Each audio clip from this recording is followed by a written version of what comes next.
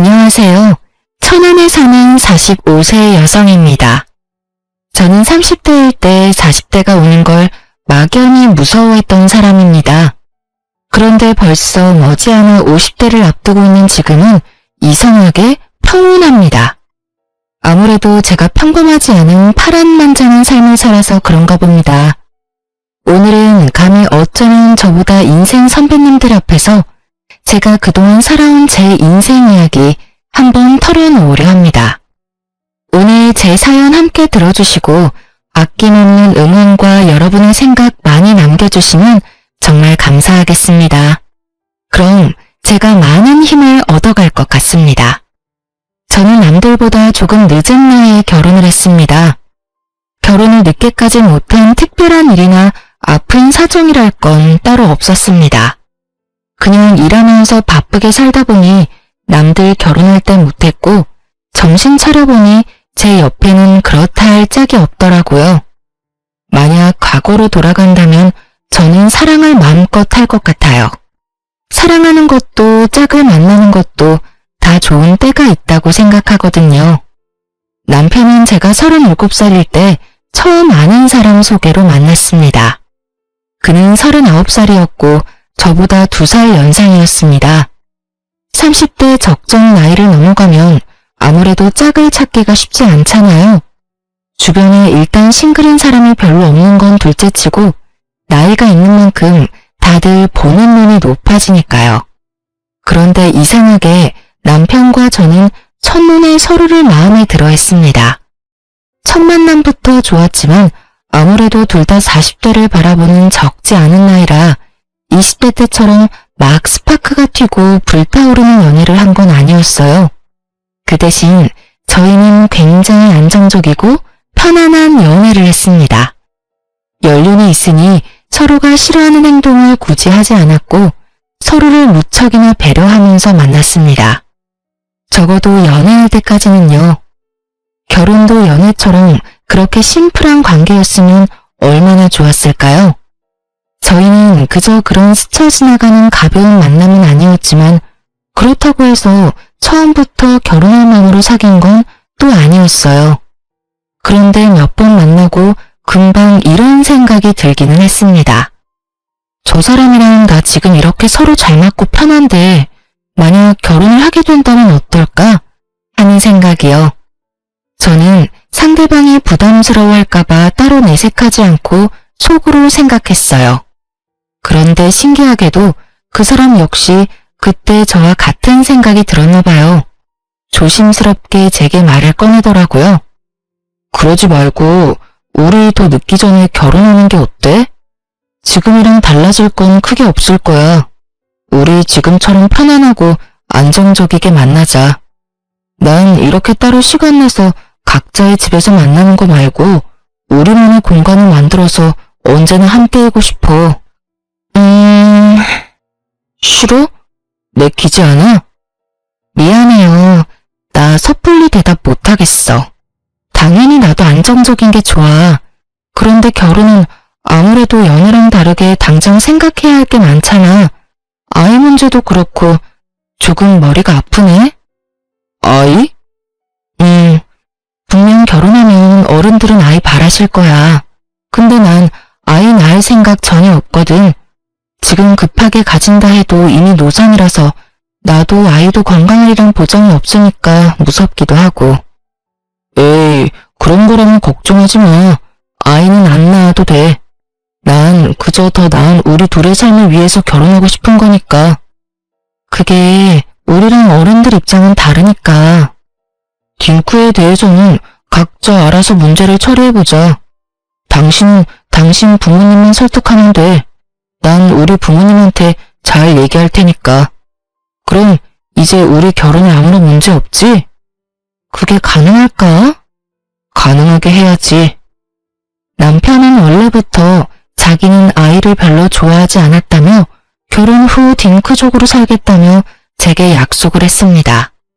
저는 아이를 좋아했지만 현실적으로 저희 나이가 맘에 걸렸죠.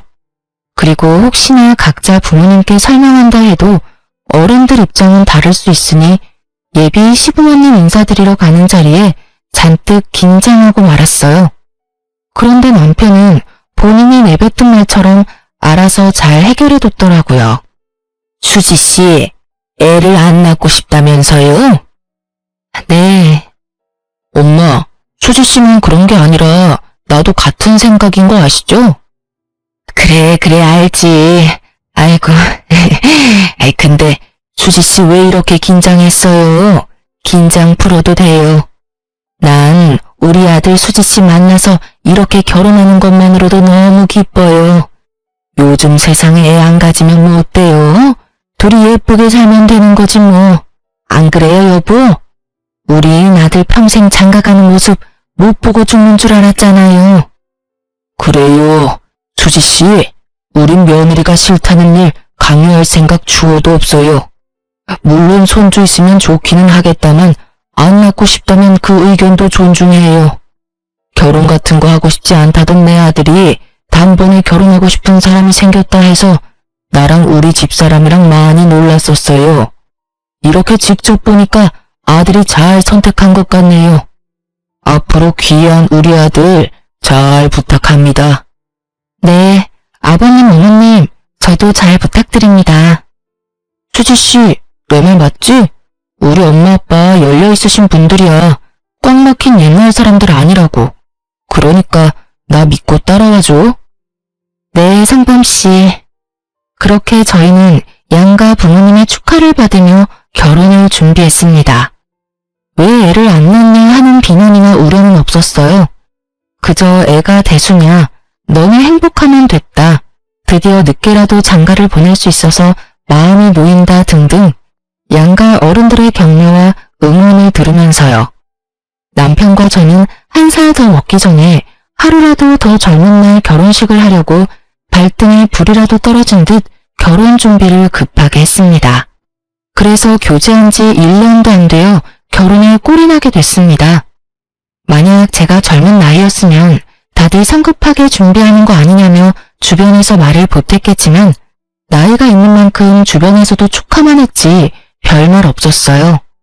저도 남자가 거기서 거기지 하며 큰 걱정은 없었고요. 하지만 늦을수록 더 신중해야 했다는 걸 뼈저리게 느끼고 후회했습니다.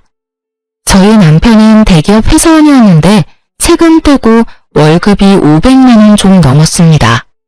제가 생활비를 얼마씩 달라고 얘기한 적 없는데 남편은 알아서 넉넉하게 꼬박꼬박 생활비를 잘 줬어요. 저는 원래 학원에서 아이들을 가르치는 선생이었는데 결혼 후 그만둬서 모아둔 돈 외에는 이렇다 할 수입이 없었거든요. 애도 안 낳으니까 시간도 남으니 맞벌이 하려고 했지만 시부모와 남편이 맞벌이를 강력하게 원하지 않았습니다. 아가, 여자는 내조만 잘하면 된다. 굳이 바깥일 안 해도 된단다. 여보, 나 못 믿어? 여보 하나쯤은 내가 먹여 살릴 수 있어. 이렇게 남편과 시부모는 결혼 후 제가 바깥일 하는 걸 원치 않았습니다. 그들은 제게 응당 여자는 집안 살림만 잘하면 된다고 말했죠. 그렇다 해서 저는 다시 일을 못하게 된다는 보통의 경력단절 두려움은 없었습니다. 얼마든지 아이들 가르치는 일은 다시 할 수 있으니까요. 남편은 제가 일 안 하는 대신 어느 정도 내조를 원했습니다. 그렇다고 남편이나 시부가 제게 엄청 유별나게 구는 것도 아니었어요. 그래서 저는 그냥 남들처럼 평범하게 집안일하고 밥하고 그렇게 살았습니다. 남편 성격은 그 정도면 다정한 편에 속했고 저희는 각자 서로 맡은 일들을 해내며 감정 상하는 일 없이 잘 지냈습니다. 그래서인지 다행히 결혼하고 근 3년간은 평화로웠네요. 처음엔 남편 말대로 연애 때와 크게 바뀐 것은 없었고 오히려 저희 사이는 결혼이라는 결속으로 저희 관계는 더욱 안정을 찾은 듯했어요. 그런데 가끔 저에게 향하는 말은 아니었지만 평소 조금 거슬렸던 남편의 언행은 분명 있었습니다. 여보, 빨리 와서 TV 속 저 여자 좀 봐. 어디 여자가 말이야, 어른 말씀이면 하늘같이 알고 무서워해야지. 시부모한테 저 대드는 모양새 좀 봐. 정말 드세다. 그리고 어른들이 그러라면 군말 없이 알겠습니다. 해야지. 저 여자는 저럴 거면 결혼을 왜 한 거야? 난 처음부터 안 봐서 모르겠네. 저게 지금 무슨 상황인데? 보니까 저 며느리라는 여자가 시어머니 말을 죽어도 안 들어. 냉장고 정리 좀 해야겠다고 한마디 했다고 시어머니한테 간섭하지 말라는 거야. 아니 감히 하늘 같은 시부모님한테 말이야. 방송이잖아. 저런 거 다 대본이라더라. 너무 열내지 마. 근데 나는 온다는 연락 없이 비밀번호 치고 매일 냉장고 검사하러 오는 시어머니 쪽도 좀 이해 안 가네. 뭐? 뭐야? 당신도 같은 상황이면 저럴 거야? 에이, 우리 어머님은 안 그러시잖아. 아니, 그러니까 만약에 말이야. 나는... 에이, 잘 모르겠어. 당신은 왜 TV 보다가 괜히 나한테 그래? 남편은 드라마 속 허구 상황은 물론 실제 고부 갈등이 나오는 방송을 보면 꼭 그렇게 심호편에 서서 차별적인 말들을 덧붙였어요. 그럴 때마다 저의 생각을 물어보는 남편에게 마냥 솔직하게 속내를 다 말할 수는 없겠더라고요. 괜히 남편이 감정이입해서 제게 싫은 소리 하는 것도 듣기 싫고 저도 굳이 그를 자극해서 긁어 부스럼 만들기 싫었거든요. 그래서 저는 최대한 대화 주제를 다른 곳으로 돌리고 그런 일들이 당장 제 일 아니니까 얼버무렸었네요. 다 미래에 제 일이 될 줄은 모르고요. 그러면서 저는 점차 연애 때는 미처 몰랐던 남편의 꼰대 같은 마인드를 인식하게 됐습니다. 남편은 어쩌면 시부모보다 더 옛날 사람 같은 마인드를 가지고 있었어요. 어른들 말은 무조건 들어야 한다 생각하는 사람이었죠. 저도 어른 공경하는 건 좋아요. 하지만 남편은 소위 요즘 말로 꼰대 같았어요. 시부모 역시 앞서 잠깐 말씀드린 것처럼 여자는 내조하는 걸 중시했고 남자는 밖에서 돈만 벌면 된다는 옛날 사람들이긴 했어요. 그렇지만 저희 남편만큼은 심하진 않았어요. 하지만 그건 다 제가 착각하고 있었던 거였어요. 끝까지 겪어보니 결국 그 부모의 그 아들이더군요. 저는 보수적인 그들의 의견들을 완전히 모두 다 이해하는 건 아니었지만 항상 그러려니 했습니다.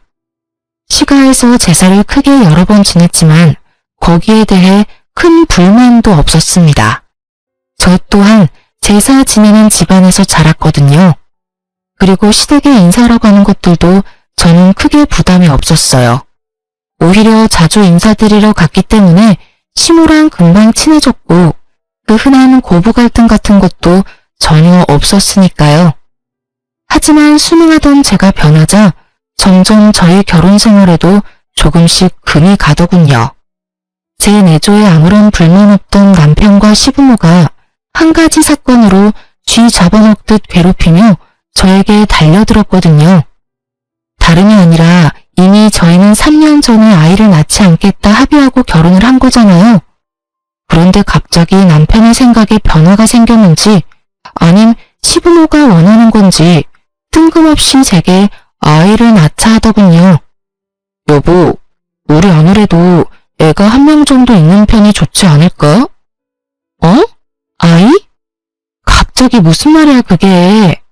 우리 결혼하기 전에 분명 아이 안 낳고 딩크족으로 살기로 했잖아. 그랬었나? 뭐 그랬어도 지금은 생각 바뀐 지 오래야. 나이 들어갈수록 왜 이렇게 애들이 귀여워 보이는지 모르겠어. 나도 이젠 조카 바보 말고 아들 바보, 딸 바보 하고 싶다. 여보, 우리 노력 좀 해보자. 엄마한테 보약 좀 지어달라 할까? 에이, 큰일 날 소리 하지 마. 애 낳기에는 이젠 너무 늦었지. 40 넘어서 그게 무슨 소리야? 정말 난 싫어. 뭐? 자기 혹시 애 혐오해? 아니, 혐오라니.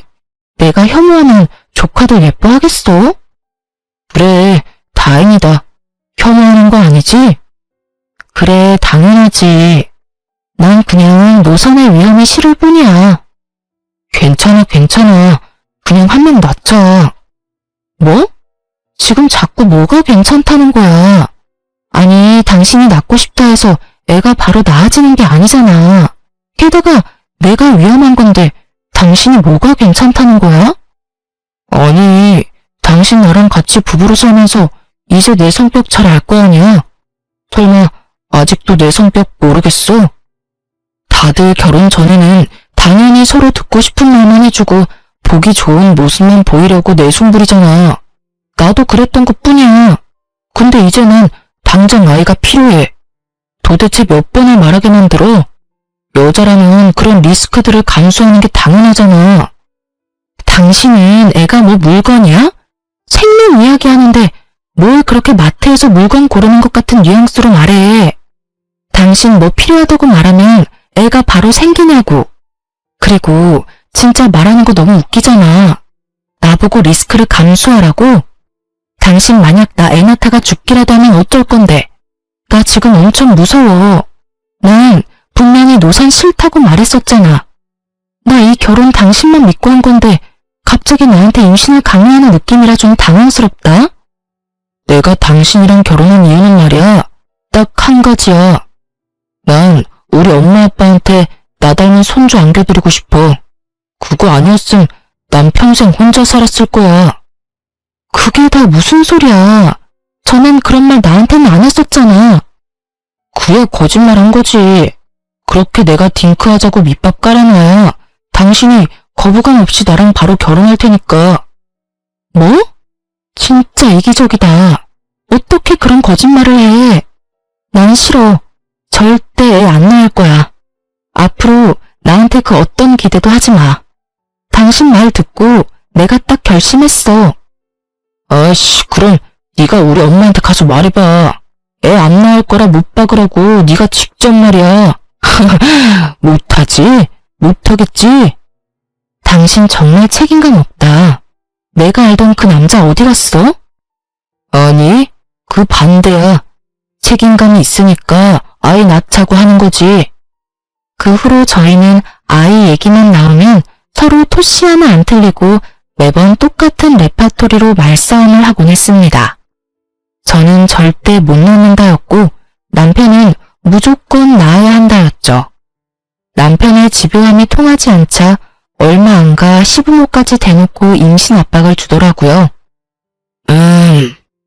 너희는 아직까지 아무런 소식 없냐? 네? 빨리 낳고야 싶죠. 그런데 아빠, 이 사람이 영 협조를 안 해요. 엄마, 와이프가 노산이라 자꾸 애 낳기 싫대요. 얄밉게 남편은 시부모 앞에서 본인은 애 낳고 싶은데 와이프가 싫다고 해서 못 낳는 중이라고 쐐기를 박았습니다. 그러자 시부모의 모든 원망의 눈초리와 질타는 제게로 날아오더군요. 그게 아버님, 어머님. 어머, 얘, 너 결혼까지 했는데 그런 무책임한 말이 어딨니? 애는 낳아야지. 그리고 너 얼마 전에 어떤 50대 여자도 건강하게 임신해서 출산까지 한 거 아니? 그 사람 뉴스에도 나왔어. 그러니까 너도 너무 겁먹지 말고 자신감을 좀 가져라. 죄송합니다. 저희 애 안 낳아요. 저는 분명 결혼 전에 양가 부모님께 말씀 충분히 드린 걸로 기억해요. 그때 어머님 아버님도 괜찮다고도 하셨잖아요. 그거는 당연히 그때 일이고 지금 나는 하나도 괜찮지가 않어.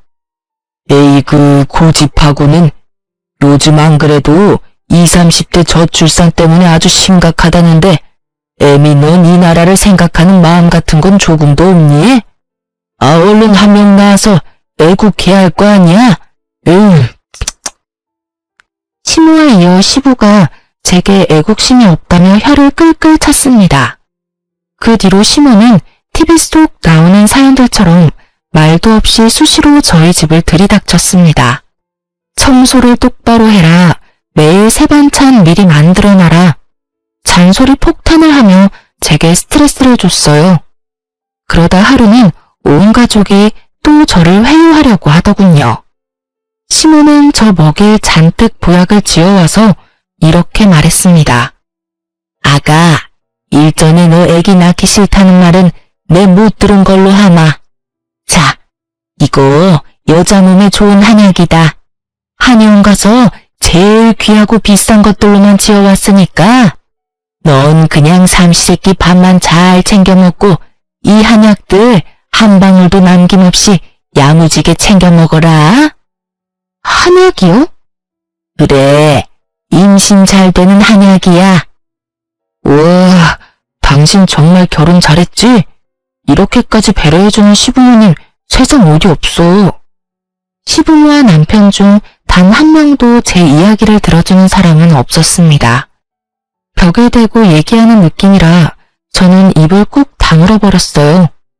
그러자 시모는 안 되겠다며 제 손을 꼭 붙잡고 눈물 그렁그렁한 눈으로 애원했어요.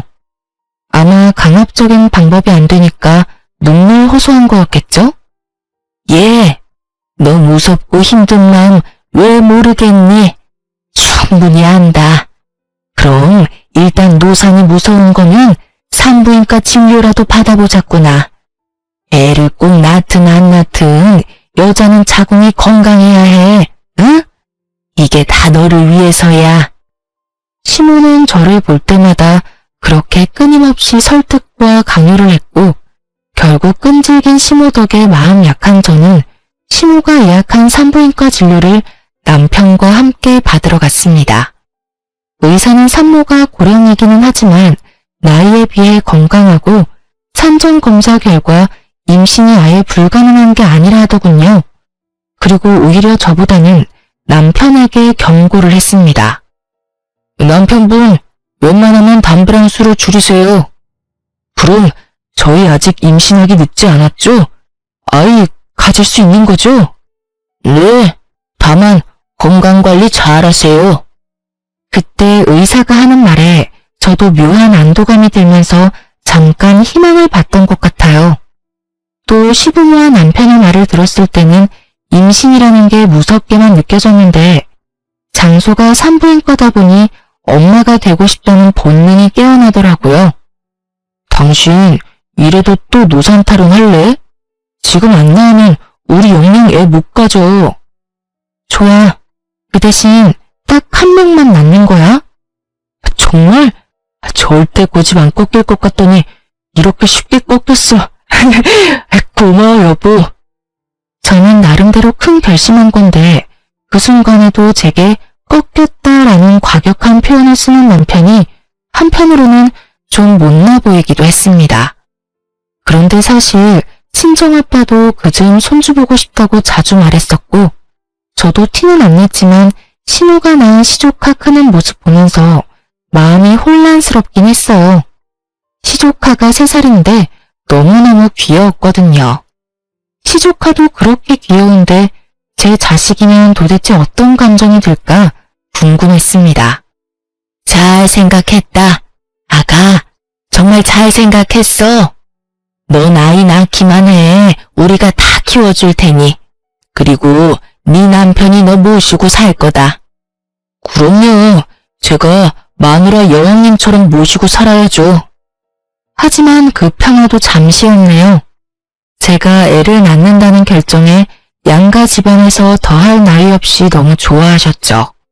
물론 저희 친정엄마는 노산이라 제 건강 걱정을 많이 하셨고요. 시모는 저를 잘 보살피겠다며 저희 엄마를 안심시켜줬어요. 그리곤 제게 본격적으로 임신 준비를 해야 한다며 앞으로 손주 생길 때까지 최선을 다해 제 건강만 생각하라고 신신당부했습니다. 시댁 행사는 물론이고 제사 전부 오지 말라더군요. 스트레스 받으면 아이가 안 찾아온다고요. 속물인가 마음에 찜이긴 했지만 임신을 빌미로 시댁을 안 가도 되니 솔직히 너무 편하고 좋더라고요. 아가, 첫째도 건강, 둘째도 건강, 셋째도 건강. 몸도 마음도 건강해야 아기가 찾아온단다. 앞으로는 내 말만 들어. 그럼 애는 금방 생길 거다. 네, 어머님. 넌 참 복 받았어. 그치? 네, 어머님. 챙겨주셔서 감사합니다. 그럼 나 같은 시어머니 어디 없다. 그런데 시모는 점점 제 생활 모든 것을 컨트롤하려 했어요. 이유는 모르겠으나 가까운 국내 여행도 못 가게 했으니까요. 여행을 간다고? 안 된다. 부정 타. 네? 부정 탄다고요? 하지만 가까운 곳인데? 애 낳고도 충분히 여행 갈 수 있잖니. 예, 임신이 쉬운 줄 아니? 지금부터 행동거지 똑바로 해야지. 저는 아직 임신도 안 했는데 시모는 도대체 뭔 생각으로 여행도 못 가게 할까? 의문이 쌓이기 시작했어요. 차라리 임신하려면 여행이 좋은 기회이겠다는 생각도 했었고요. 결국 남편 휴가 때 저희 부부 여행도 못 가게 하던 시모였어요. 그리고 먹을 것도 특별히 다 신경 써야 한다며 시모는 손수 음식을 만들어 와서 항상 우리 집 냉장고를 채워 놓았습니다. 정말 감사했는데 정말 한편으론 너무 부담스러웠습니다. 일단 제가 잘 먹어야 하는데 시모의 음식들은 제 입맛에 맞지 않았어요. 하지만 늘 뭘 얼마나 먹었는지 체크하는 시모 덕에 저는 신경이 곤두섰죠. 그리고 무엇보다도 제가 임신을 한 것도 아니고 이 모든 게 임신 준비하는 과정이었으니까 좀 유별나다 싶었습니다. 처음 몇 개월은 정신없이 지나가서 조바심이 안 났는데요. 임신 준비한 지 1년이 다 되어가도록 깜깜무소식이니 저는 점점 불안했어요. 꾸준히 남편과 숙제도 하는데 아기가 쉽게 안 찾아오더라고요. 지금 생각해보면 조상신이 도운 것 같아요. 이런 집안과 엮여서 제 배 아파 소중한 생명을 낳지 말라고요. 시모는 일주일에 적게는 한 번씩, 많게는 두세 번씩 전화가 왔어요. 처음엔 시모가 제 상태를 조심스럽게 물어봤었는데 시간이 지나자 퉁명스럽게 제게 쏘아붙였어요. 걱정하는 어투에서 짜증과 화로 바뀌어 갔습니다. 나중엔 친정 욕까지 하더군요. 시부모도 이제 인내심이 다했는지 딱 1년 지나자 저를 원망하며 제 탓을 엄청나게 하기 시작했습니다. 예, 아직이냐? 네, 어머님. 에휴, 나만 발벗고 나서서 노력하면 뭐해? 너네 최선을 다해 노력하고 있는 거 맞냐? 그럼요. 근데 왜 아직이냔 말이야? 운동은 꾸준히 하고 있고? 네. 보약은? 잘 먹고 있죠. 네 시아버지도 이제 포기했다. 혹시 너 건강에 무슨 문제 있는 거 아니냐? 안 그래도 산전검사 얼마 전에 했는데 다 정상이래요. 정말 해도 너무한다. 내가 널 얼마나 지극정성으로 케어했니? 아마도 네가 아닌 다른 사람이었다면 말이야. 그 사람은 벌써 애 둘셋은 낳았을 거야. 죄송합니다. 너 정말 죄송하기는 하니? 너 임신하기 싫어했잖냐? 조굴은 사실 잘 됐다고 생각하고 있지? 에휴, 이렇게 해도 쉽게 못 낳는 딸내미를 결혼시킨 사돈은 무슨 배짱인 거야?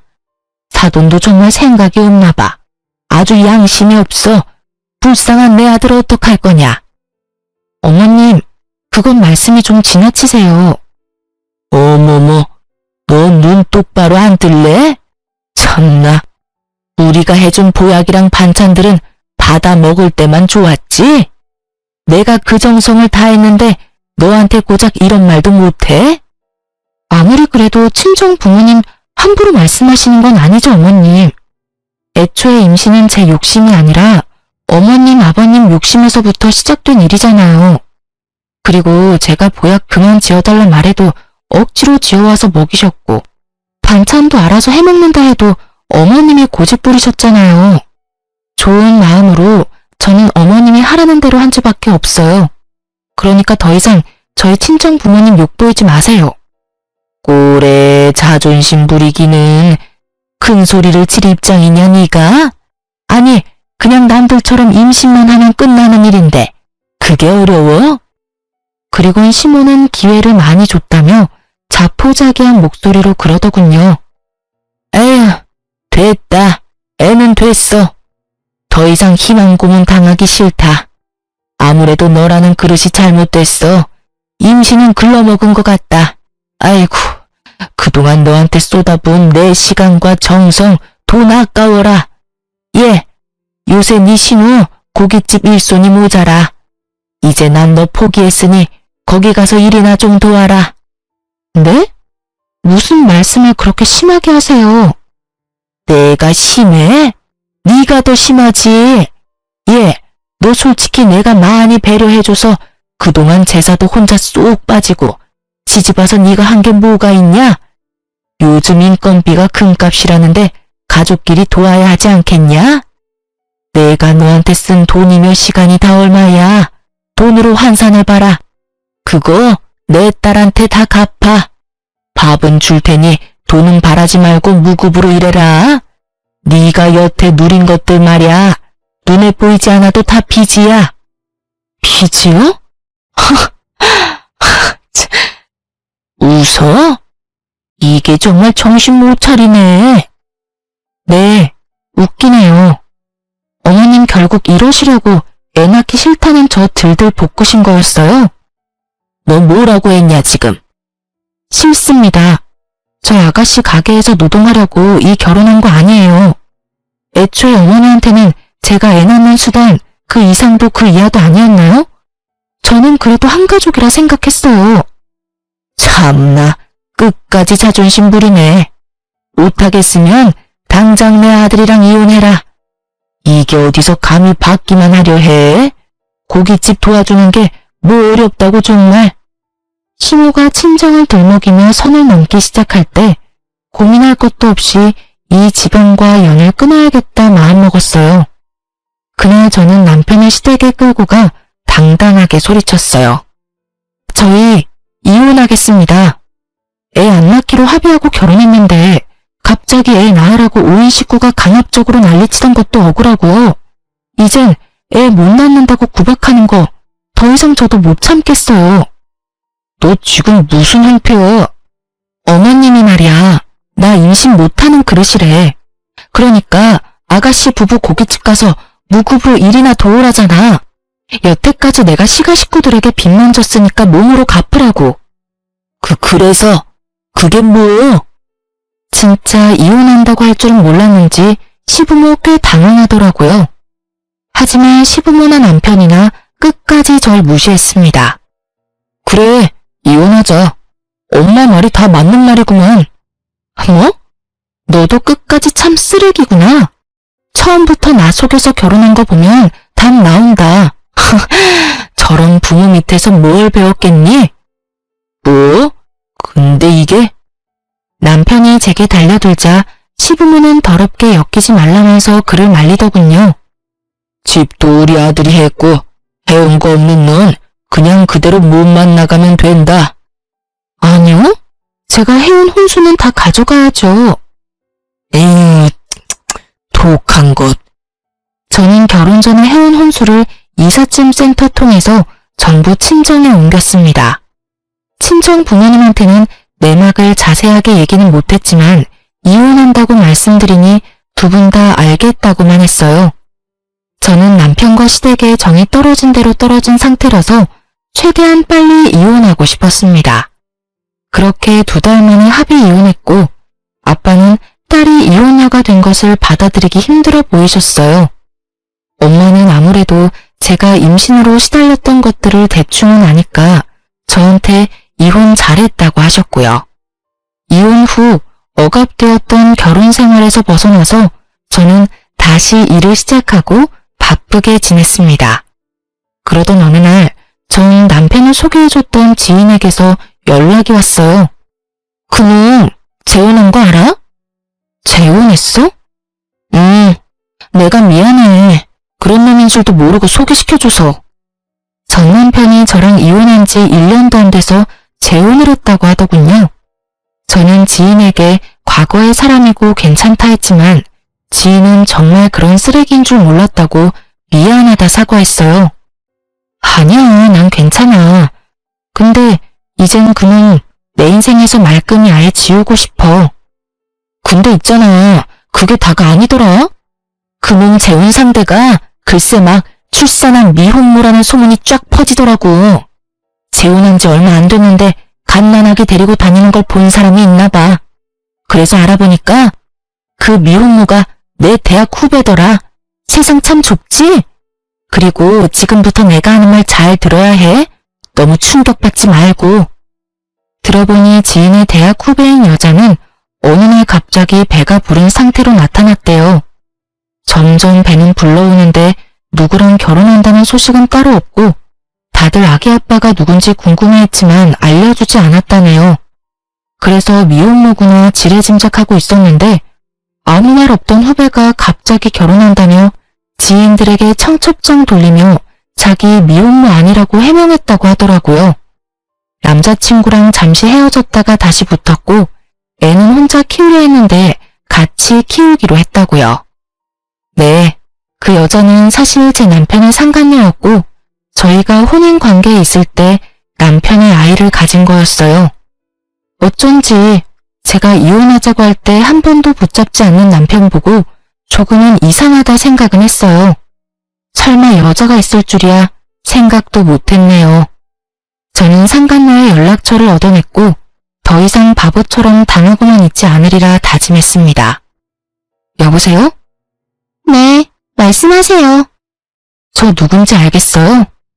저희 남편 전 부인 아니세요? 내 번호도 알고 있었나 봐요. 그럼요. 바람 맞죠? 맞으면요? 소송해야죠. 맘대로 하세요. 그깟 상간녀 위자료? 우리 어머님 아버님이 다 해결해 줄 거예요. 아, 어이가 없네. 너 인생 그딴 식으로 살다가 천벌 받아. 천벌? 누구한테? 난 지금 너무 행복하게 잘 지내는데? 그래, 벌 받기를 기도하고 기도할게. 코웃음 치는 상간녀와 더 이상 대화가 안 통하더라고요. 상간 소송을 제기하겠다고 내용 증명을 보냈더니 역시나 상간녀 대신 전 남편이 내용 증명 받는지 화를 내며 전화가 오더군요. 여보세요? 야, 너 지금 뭘 보낸 거냐? 보면 몰라? 상간녀 소송 걸었지. 참나, 이제 와서 무슨 상간녀야. 이 눈치 없는 여자야. 우린 벌써 서로 협의 이혼했고 이혼했으면 소송까지 못 가. 너 나 재혼했다는 소식 듣고 많이 배 아팠나 보다. 아님 너는 구고생을 해도 못 나왔는데 난 이렇게 쉽게 아빠가 돼서 부럽기라도 해? 혹시 질투? 질투 같은 소리 하고 있네. 알려면 좀 똑바로 알던가. 우리 이혼한 지 1년도 안 됐어. 상간녀가 임신한 사실 하나만으로 당신의 외도 사실은 입증이 된 거야. 외도 사실 알게 된 지 3년까지 상간소송 가능한데 이건 몰랐어? 그럼 좀 조용히 재혼하지 그랬어. 아주 떠들썩하게 해놓고 내가 모르길 바라는 게 이상하지. 나 이제 한 아이의 아빠고 그 사람이 이제 내 와이프야. 남의 가정 파탄내지 말고 차라리 합의를 하자. 그래, 지금 가정은 얼마나 갈지 내가 응원하면서 지켜볼게. 한 번 바람 피운 놈이 두 번은 못할까? 넌 절대 인간 못 돼. 전 남편은 그렇게 10살 어린 상간녀 대신 제게 합의금 1,000만 원을 보내줬습니다. 차라리 외도 사실을 제가 처음부터 알았으면 모르겠는데 이렇게 뒤늦게 알고 이혼 다 하고 다시 소송까지 가는 게 번거롭더라고요. 그래서 저는 1,000만 원 받고 깔끔하게 털어놨다고 생각했어요. 전 남편은 제게 돈을 보내고 지긋지긋하다며 다신 연락할 일 없었으면 좋겠다더군요. 그렇게 3년이라는 세월이 흘렀고 최근에 모르는 번호로 전화가 자주 왔어요. 너무 집요하게 오길래 한 번 받았는데 잊고 지냈던 전 남편이라는 작자였어요. 여보세요? 누구세요? 당신이요? 당신 맞아? 아, 지가 연락하지 말라고 하더니 이렇게 먼저 연락하는 경우는 뭘까? 우리가 연락해서 정리해야 할 게 뭐가 아직 남았니? 당신 맞구나. 번호 안 바꿨네. 우리 다시 합칠래? 당신도 나한테 마음이 아예 없진 않지? 뭐? 지금 혹시 만나는 사람 있어? 미쳤냐? 술 취했어? 나 만나는 사람 따로 있어. 지금 무슨 소름 끼치는 개소리야 한밤중에. 거짓말. 없지? 아직 남자 없는 거 맞지? 나 너랑 헤어진 뒤로 당신 계속 생각나더라. 우리 애 가지려고 서로 최선을 다했었잖아. 난 우리가 지금도 충분히 가능성 있다고 생각하거든. 뭐? 우리? 우리 같은 소리 하네. 그리고 뭐 나랑 헤어지고 바로 재혼했으면서 입에 침이나 바르고 거짓말해. 시부모한테 미움받을 때 나 몰라라 하고 와이프 버린 게 누군데? 왜? 상간녀 아니 네 와이프가 바람이라도 맞니? 그게 말이야. 나도 이럴 줄 정말 몰랐어. 사실 애가 이제 4살이야. 근데 내 얼굴이 하나도 없는 거야. 어릴 땐 애들 다 비슷하게 생겼으니까 그러려니 했어. 근데 클수록 내 얼굴이랑 더 달라지니까 부모님이 애 유전자 검사라도 해봐야 되는 거 아니냐고 그러길래 혹시나 싶어서 했는데 불일치로 나왔어. 그 애가 내 애가 아니었다고. 그 여자한테 나도 우리 부모님도 완전 속은 거야. 엄마가 그 사실 알고 미용실에서 바리깡 빌려와서 자고 있는 그 여자 머리 중간에 싹 다 밀어버리고 그 여자 쫓겨났어. 진짜 가지가지 한다. 그러니까 여보, 우리 연애할 때 좋았잖아. 나 더 이상 여자들 못 믿겠어. 당신 같은 여자 아무리 찾아도 없더라. 우리 재결합하자, 응? 내가 지난날 용서 빌게. 엄마 아빠도 너 다시 오면 받아줄 거래. 전보다 더 잘해주실 거래. 아, 속이 다 시원하다. 근데 뭐 이제 와서 다시 합치자고? 너 완전 미친 거 아니니? 아니, 너네 엄마 아빠도 제정신 아니시래? 끊어. 네 인생은 네가 알아서 살아. 제가 소리 지르자 전 남편은 끝까지 찌질한 면모를 보이더라고요. 그럼 내가 그때 상간녀 소송 합의금으로 준 1,000만 원 다시 도로 뱉어. 난 억울해. 결국 내 애도 아니었잖아. 개소리 작작해 인간아. 그 애가 네 애가 아니라도 나랑 결혼 생활 중에 네가 외도했다는 사실이 없어지는 게 아니거든? 지금이라도 다시 변호사 고용해서 시시비비 가려볼까? 어? 너 왜 이렇게 거칠어졌니? 내가 알던 여자 맞아? 너네 집에서 호구처럼 조용히 살다가 내가 깨달은 바가 많거든. 조만간 만나서 이야기하자. 이렇게 전화로 할 게 아니라. 찾아오거나 만나달라고 한 번만 더 짓거리면 그 길로 변호사 사무실 찾아갈 거야. 네가 그때 준 합의금 1,000만 원으로 말이야. 야! 그렇게 저는 전화를 끊어버렸습니다. 더 이상 말장난하며 놀아나고 싶지 않았으니까요. 그렇게 끝나는 줄 알았는데 이번엔 친정집 앞까지 전 시모가 찾아왔더라고요. 무릎 꿇고 인생 망한 자기 아들 한 번만 봐달라고요. 예, 살아보니까 너만한 참한 며느리감 없더라. 세상 참 무서워. 난 아가씨들이 다 아가 너처럼 착할 줄 알았지. 아가 그동안 많이 힘들고 서운했지? 나도 돈도 잃고 상처도 받고 많이 힘들었단다.